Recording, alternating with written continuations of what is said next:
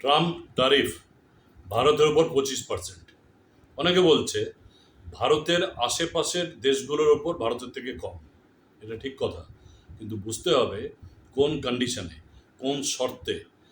ভারত আপাতত genetically modified কোনো রকম কৃষি বীজ ভারতে অ্যালাউ করছে না। তার কারণ হলো এটা সুদূর প্রসারী। এই বীজগুলোর আমাদের শরীরে যা এফেক্ট হয় তাতে 10 বছর পর থেকে আমাদেরকে নানা রকম ওষুধ খেতে হয়। তার ফলে ফার্মা কোম্পানির ব্যবসা বাড়ে। সো জেনেটিক্যালি মডিফাইড যাতে কৃষি জমির উর্বরা শেষ হবে এরকম কোনো কিছু ভারত অ্যালাউ করছে না।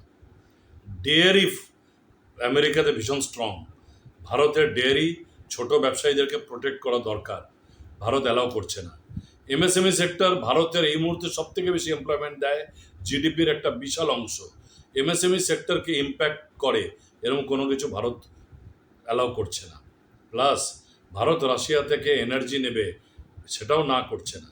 তার ফলে ট্রাম্প প্রশাসন এটা এক ধরনের সাইকোলজিক্যাল ওয়ারফেয়ার বলছে 25% ট্যারিফ, যাতে ডেফিনেটলি জুয়েলারি থেকে শুরু করে আরও কিছু কিছু সেগমেন্ট আছে ইম্প্যাক্টেড হবে, কিন্তু আইটি ইম্প্যাক্টেড হবে না, ইলেকট্রনিক্স ইম্প্যাক্টেড হবে না।